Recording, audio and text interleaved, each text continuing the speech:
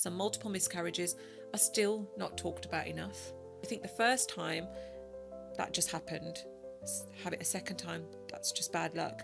You don't expect it to keep happening again and again and again.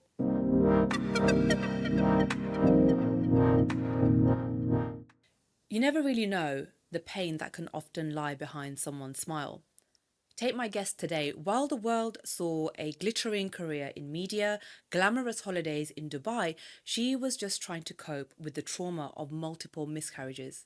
And after years of trying, when she finally became a mum, she was riddled with anxiety. She's bravely chosen to share her story and experiences and speak out about baby loss awareness just so that other people who are in similar situations don't feel so alone. You're tuned into the Lifestyle Prescription. I'm Rena Annobil, and let me introduce my guest now in the studio. It is award-winning media professional Reena Combo-Kainth.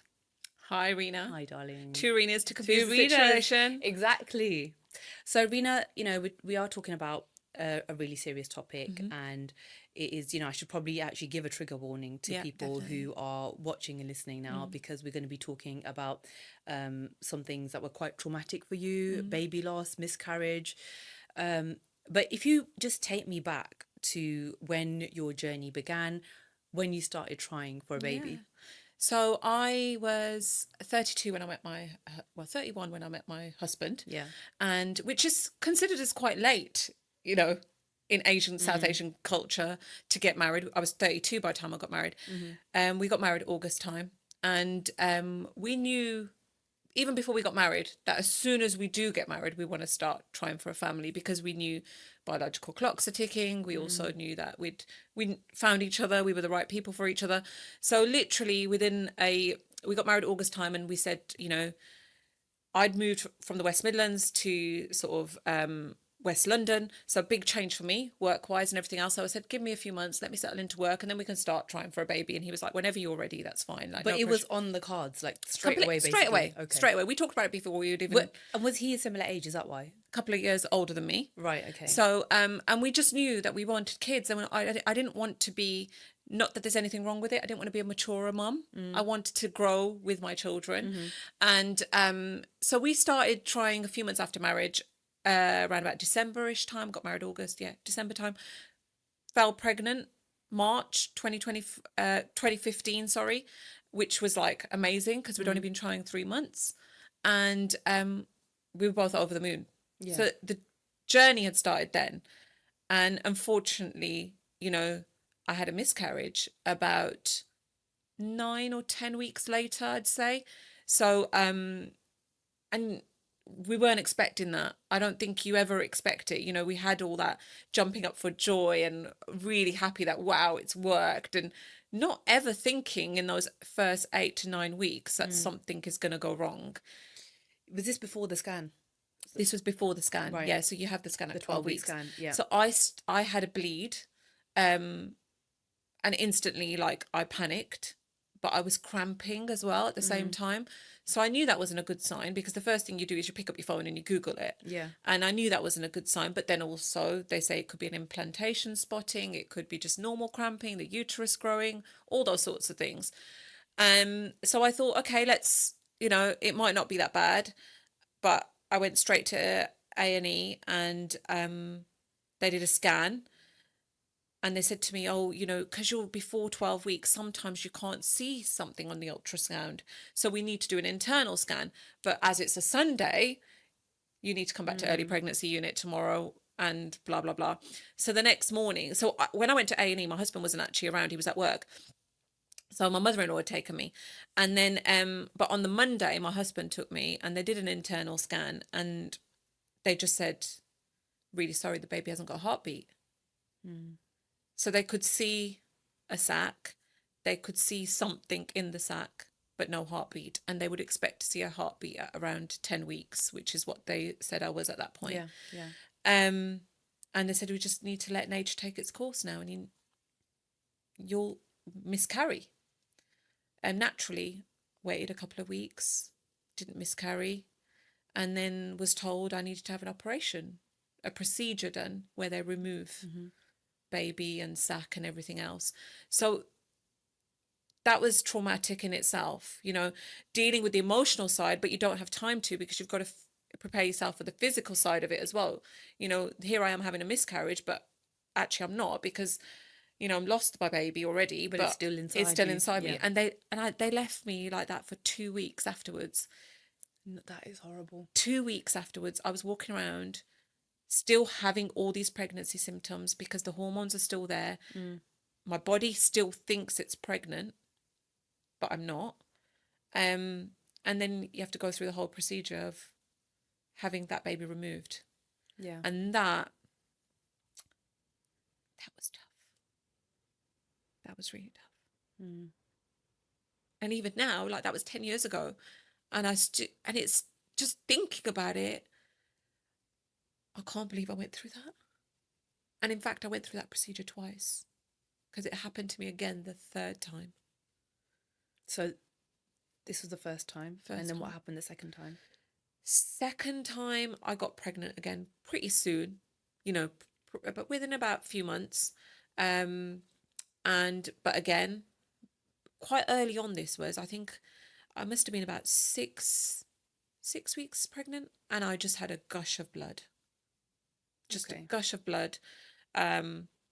Lost that baby instantly. Like, everything had come out at that time. So I miscarried again. And then the third time was a pretty similar experience to the first time.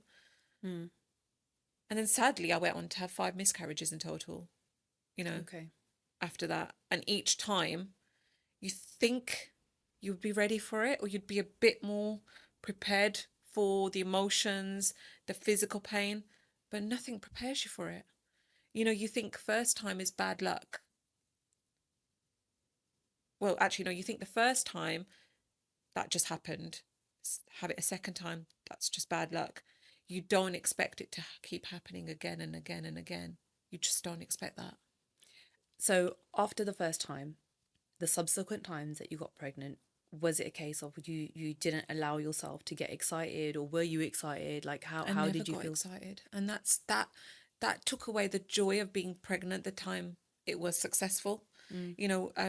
I'm very blessed and grateful that I've got my little boy, but we never got excited at all. It was more dread, anxiety, and here we go again.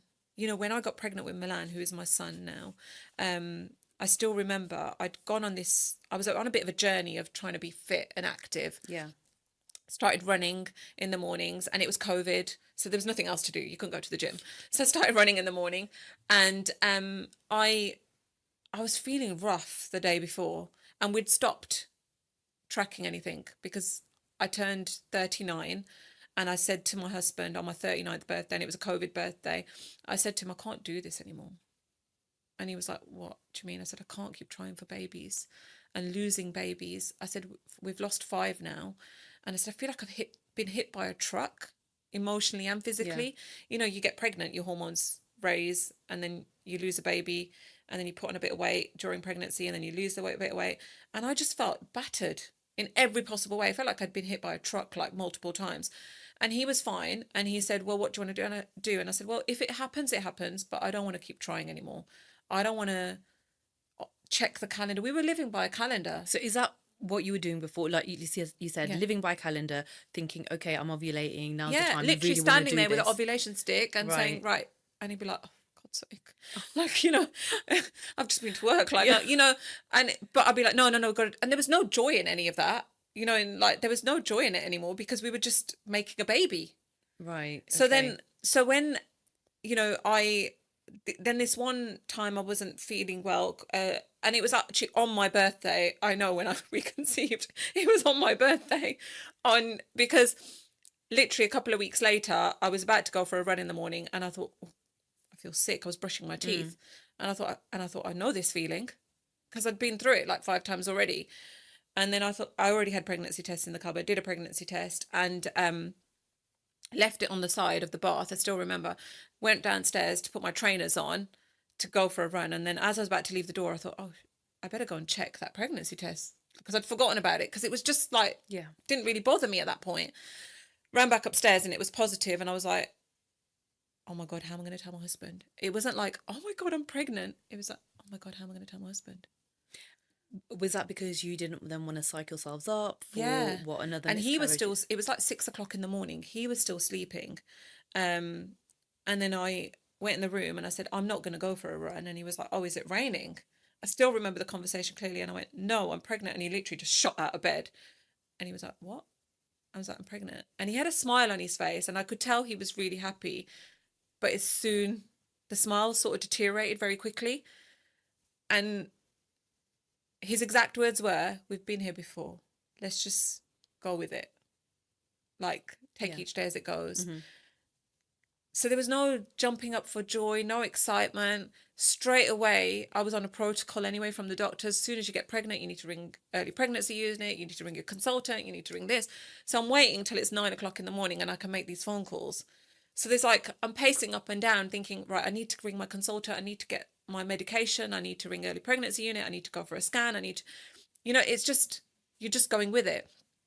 We decided pretty at that moment we weren't going to tell anyone apart from parents because we both can't hide things from our mums.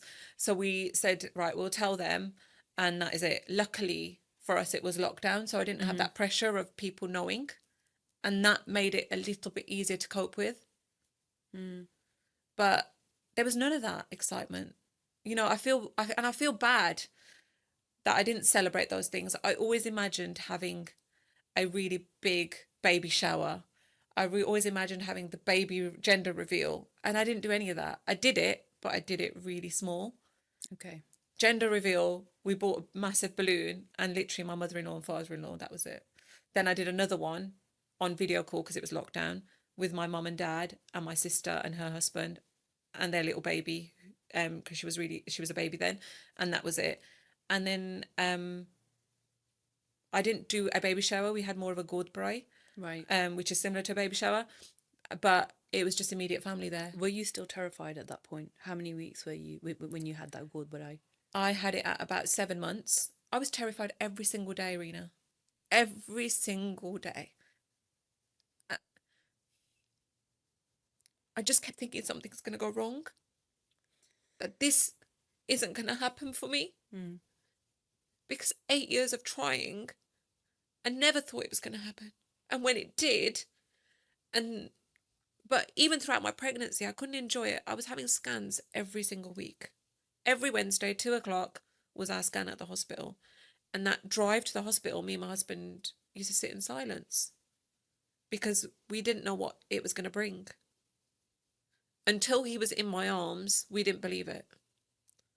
And even then, it was hard. Like, the anxiety, like I've been told that I have PTSD, and that's not gone away because I have really bad anxiety sometimes, and it is because of, the miscarriages.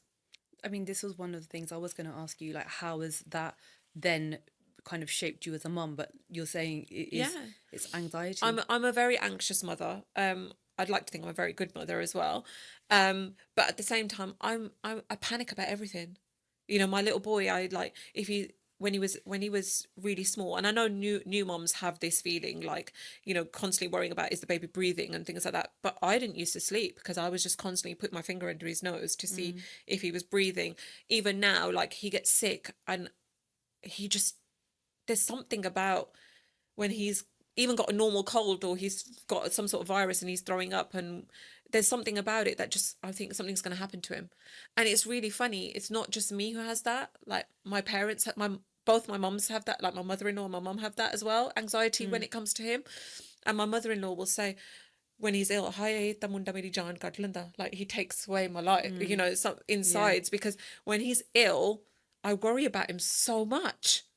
And it's like an extra level of stress because we spent so long wishing and hoping for him, and then there's this trauma that you've got to live with, and I'm always living with that. I always think that something is going to happen to him, and I know it's not, but I worry even more so than I should. Is it a case of where you didn't allow yourself to be happy for those pregnancies, and even when you carried your son to full term, and I don't know, it just kind of sounds like you kind of in your head rewired yourself to think joy is not for me. this joy is not for me. You know what? As a woman, you naturally and culturally and society teaches tells you you're born to be a mum. We're born to be women, mothers. Women are born to be mothers. So it's the one thing that you think naturally you should be able to do. And when you're not able to, well, when you think you're not able to do that, and your body is letting you down for so many years, when it happens, you still think you don't deserve that. And that's how I spent many years. I used to have a miscarriage and blame myself. I used to come out of there and say sorry to everyone. I'm sorry. I've had a miscarriage. Why am I Who are you sorry? apologizing to? What, your husband, your family? My husband, my family, and they'd say to me, "Why are you sorry? Like, why are you sorry?" But why were you sorry? Did you feel like, I what, felt you're like my not doing your body, I job? felt like I wasn't doing what biologically I was meant to be able to do. Biologically, Yeah. I should. Why was I losing babies? Why? Like, why was my body letting me down? Because I never really found a real cause for it. I just kept saying I couldn't hold a pregnancy. Did other people say anything to you that made you feel a little bit guilty for stuff? No, never really. Very few people knew. Each pregnancy, very few people knew. And as I got more and more pregnant, less and less people got to know because I was always scared I was going to jinx it. There was always this feeling that the more people that know, the more I'm putting myself at risk, or the more I'm going to have to tell them, oh, I lost that baby as well. So who did you tell? Obviously your husband, but who did you tell? What, parents, in-laws? In-laws, my parents, and probably siblings. That's it. Okay. No one else really knew. And even with Milan, there were family members when my husband had put up that we've just had a baby on Facebook. They were like, oh my God, I didn't even know she was pregnant. Luckily, I had the COVID excuse and I didn't have to see anyone. But I just didn't want anyone knowing. I just thought that, and it wasn't that I was trying to be secretive. I was just so scared. I thought if something goes wrong, how then am I going to tell them It's something more went people wrong? to tell. Yeah, There's more I people to tell understand the that. bad news Yeah. to. And I just didn't want to tell, I didn't want to go through all that and be having to tell people. How did you cope after every miscarriage? How did you manage to cope? Because, you have the operation, what, 2 times was it? Yeah. And 3 times I think I had that in total. And in between I had a couple of other procedures for endometriosis because I have endometriosis. did you know that you had I endometriosis found out at the I had time when you first endometriosis. conceived? No, I found out the second time after the second miscarriage Okay. because I was suffering so badly with pain and my periods were getting worse. And I'd never really had bad periods before that. So I'd had a couple of procedures done to clear that. But how I coped, it's a really difficult question because on the surface, I coped really well. I used to get up, put my makeup on, get ready, have a smile on my face, do all the fun stuff that me and my husband like doing. But inside, I was broken. I was really broken. But I'm one of those people that I like to be positive and I like to spread that positivity to others. And maybe showing my weakness would have then shown that I wasn't as positive as I really was As you showing on the wanted to be, surface. yeah. And I'm always about helping other people. But inside, I was struggling, and I covered it up by keeping myself busy in work, you know, being there for everyone else. But actually, inside, I was broken, really broken. But I just never showed it. And during this time, because the 8 years is a long time for you to be feeling like this on and off, you know, during that time when you saw other people become pregnant, have kids, and, how, I know you're a positive person, you're going to be happy for people, but then inside, you must be feeling quite like a sadness for yourself as well, right? It was more like, why can I not have this as well? I never ever, I met lots of women on my journey, in like at the clinics, in hospital, and they got pregnant before me and their pregnancies were going really well. Seeing them have their success gave me hope. So I kind of spun it around a little bit. I could have been jealous, but I don't think at any point I was ever jealous. There was an element of, oh, I really want this for me. But there was no element of being, and they were really, maybe because they'd been on a similar journey, they were really sensitive towards how they approached it as well with me, but they didn't hide it. So that was always good. But I found certain parts difficult in the sense that if I found seeing pregnant women difficult, like with a bump, because I really wanted that. Um, but at the same time, I can't say, there was never an element of jealousy in any of it. And I'll give you an example. At the same time of when I was going through my first miscarriage, so my husband is one of three triplets. And his youngest triplet, we always call him older, middle, youngest, my husband's middle one. The younger one got married a month after us. And my sister-in-law got pregnant before I did, with like the first time. So she was pregnant a couple of months before I found out I was pregnant. And when I lost the first baby, and I think the second one, she was still pregnant with her twin girl, who she's got twin girls now, they're 10 years old. And I think people expected me to be jealous of her, but I wasn't. There were elements I found difficult, like she had a baby shower, but I was still there. I was participating. I had a smile on my face. I was happy, really happy for her, because, I love her to bits and I love her girls to bits. But I did find certain parts of it, like when I reflected on it in the evening, and I'd be like, oh, I can't wait to have my baby shower. And it was more that sort And of feeling. that's normal. That's not even a jealousy thing. That's normal. Yeah. It's okay to want those things. And it was hard. It was hard for her, as well, because she was there pregnant, and then she knew what I was going through, and she tried to be supportive and be there for me, and she was. But that must have been, two daughter-in-laws in one house as well. You were all living together as well. At one point we were, because we were both waiting for our houses. Right. So my mother-in-law was like, I still remember that first time I was having that procedure done. I'm in the hospital, and my sister-in-law's upstairs having a scan for her pregnancies. She was carrying twins. In the same hospital. In the same hospital. My mother-in-law sit next to me, and my mother-in-law then disappears. And I'm thinking, where's she gone? She's gone upstairs. And she's hiding it from both of us. Okay. That she's upstairs sharing joy with my sister-in-law, who's having these twin girls, but then she's sharing sorrow with me, who's then having this operation. And when I think back to it, I think, oh my God, where did she find that strength from? How did she do that? There for both of you. She didn't tell my sister-in-law that I was there, and she didn't tell me my sister-in-law was there. So it's, when you think of it like that, it's like, wow, like this was our journey, but it was just what life dealt me. It was the cards that life dealt me, and I had to handle it. Through all this happening, and obviously I've known you for some time in like a creative kind of space, right? And I know that you've been really successful. You are successful at what you do. You're an award-winning media professional. You've done so many things. Your magazine, interviews with loads of celebs, marketing campaigns, so many different things. You were achieving all of that, right, while this was happening. So there's obviously then the public face, which was what people see. Holidays in Dubai, lovely things like this, right? Looking glam. Yeah. You're sitting there with Shah Rukh Khan, all these kind of things. Oh, yeah. So all this kind of stuff, right? Looking fabulous.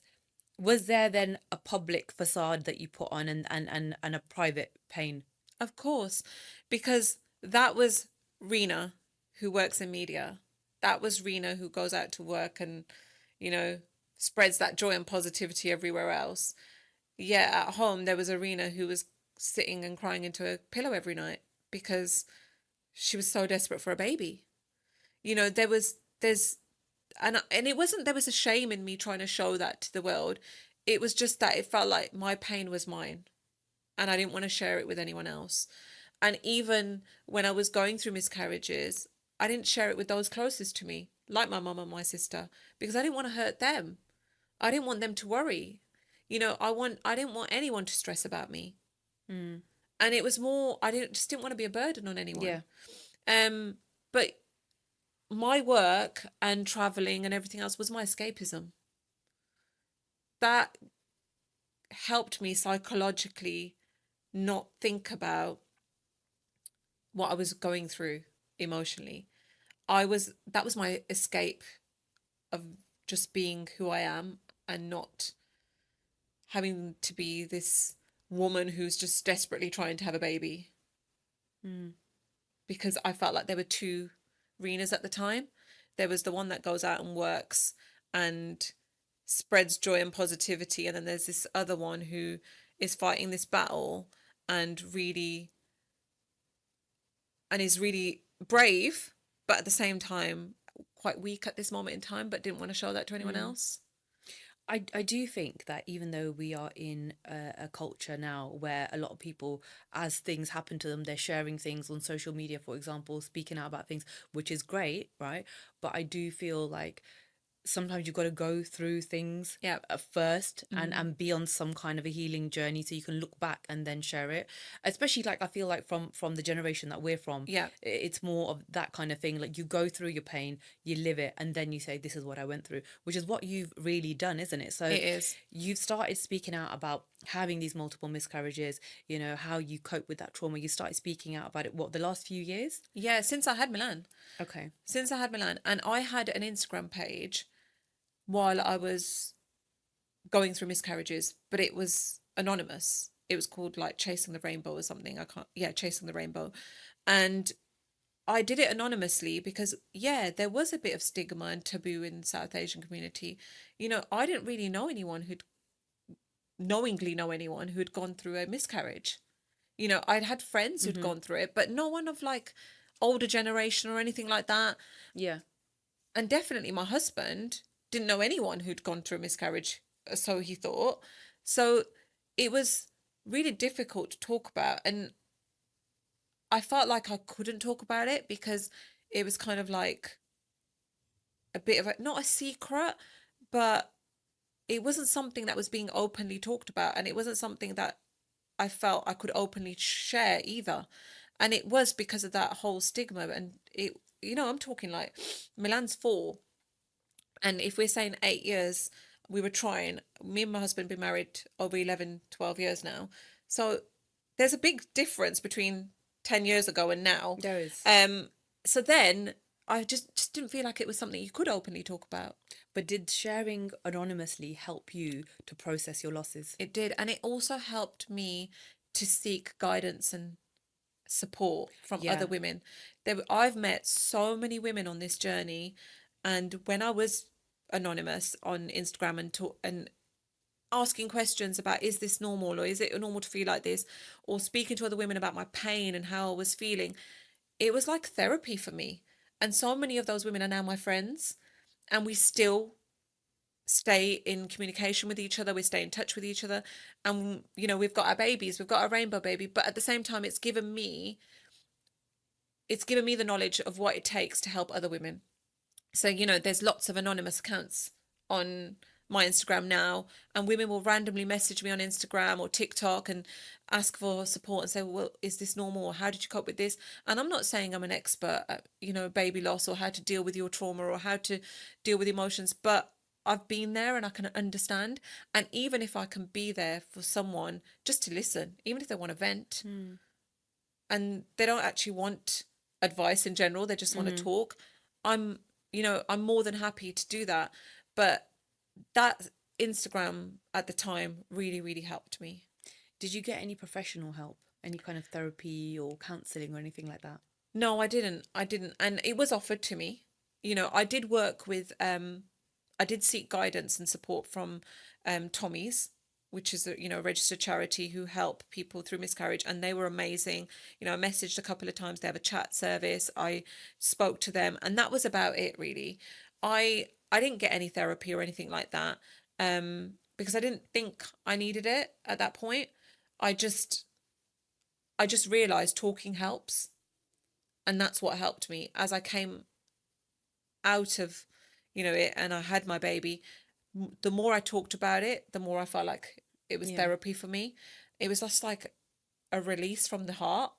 Even like talking to you today, for me, this is like therapy. It's like I can let go of some of that emotion. I can let go of some of those feelings that internally I've held in within me, and I've just released them. And I just think it's so important. And this is why, you know, they say it's good to talk. It so is good to talk. We hold so much in, and that was one of the biggest mistakes I made at the time. I should have been more open about it.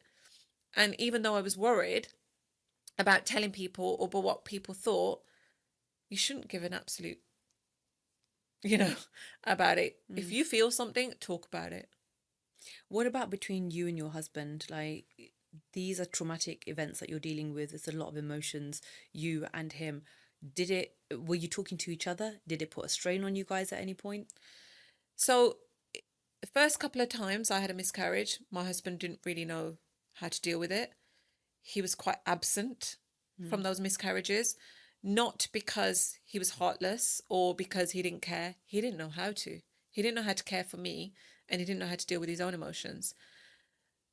And that was really difficult for me because I needed him, but also I pushed him away because I felt like he didn't understand. So we didn't talk about them. And then suddenly, I don't know, I don't know what, I think as we started going to appointments and we went private to get tests done, and that we'd talk about the mechanical stuff, you know, the stuff that we could do actually to help, which was booking the appointments and paying the money and, you know, that sort of thing.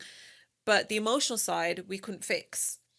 And then it was only when we started going private for tests and speaking to doctors, and one of the private doctors, and my husband thought it was a bit funny. He thought he was a bit of a joker at the time. He said, "Give her a hug." My husband was like, "Put your arm around her, give her a hug."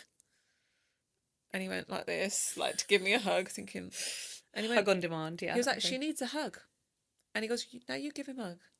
And Ranch said to me, my husband, he was like, "He's off his head." Like, you know, he's off his head. But actually he wasn't. What he was trying to show was, this isn't something that you just tick off a box, this appointment with me as your private consultant. There's got to be some emotional element here to it. And he could probably see that we were both being quite, like, you know, withdrawn from each other. After that, my husband came with me to every single appointment. He came with me to every single scan that we had, whether that baby was a success or not. You know, if I was going through a miscarriage or whatever, even if it was simple blood tests, he was on that whole journey with me, and we talked the whole way through. He supported me like anything. He cried with me, he laughed with me. Every single miscarriage after that, he was there, and he went through that whole journey with me. And then when we had Milan, like I said, there was an element of PTSD for me. I think my husband had an element of that too, because he found it really difficult navigating being a dad. As soon as Milan was born, it was like, where do I go? What do I do? And I know most men do, but he was having like bad dreams and all sorts and nightmares. And I think he found it, there was, you know, like instantly a release for both of us. Oh God, we're parents. It's happened for us. But actually with that release also came a lot of anxiety. And you know, as a woman, we go through it physically. We talk to our mums, we talk to our sisters, we talk to our friends. You know, I'm talking to you now. Men don't do that. Men just do not do that, because there is an element of embarrassment or male ego to it. And they just don't do that. And I feel like had he done that, it would have made life easier, but there was no one there for him to do that with. Yet now we've got friends who've been on similar journey to us that we've met, and I hear him on the phone, you know, to the guy in the relationship saying, "You need to be there for your wife. You need to support her. Listen to her. Just be there for her."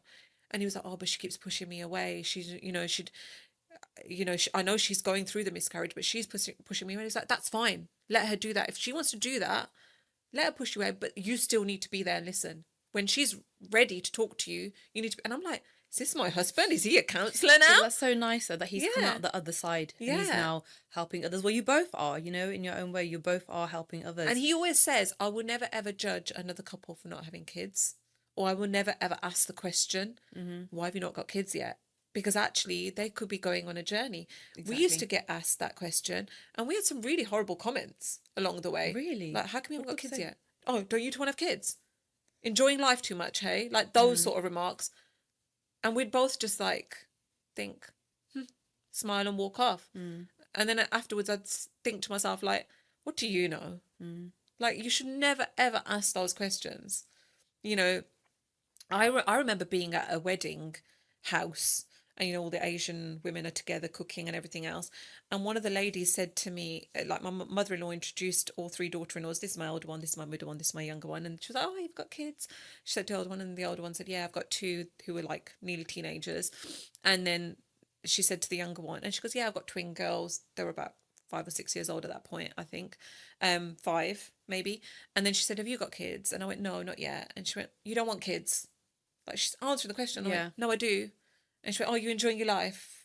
Like, you enjoying life?" And I went, "Yeah." I felt like I wanted the ground to swallow me up at that moment in time, because I'd literally just gone through a miscarriage, and I'm thinking, you're prying. Like, it was like question Quite after question intrusive after question. questions, yeah. And I was just thinking, like, why?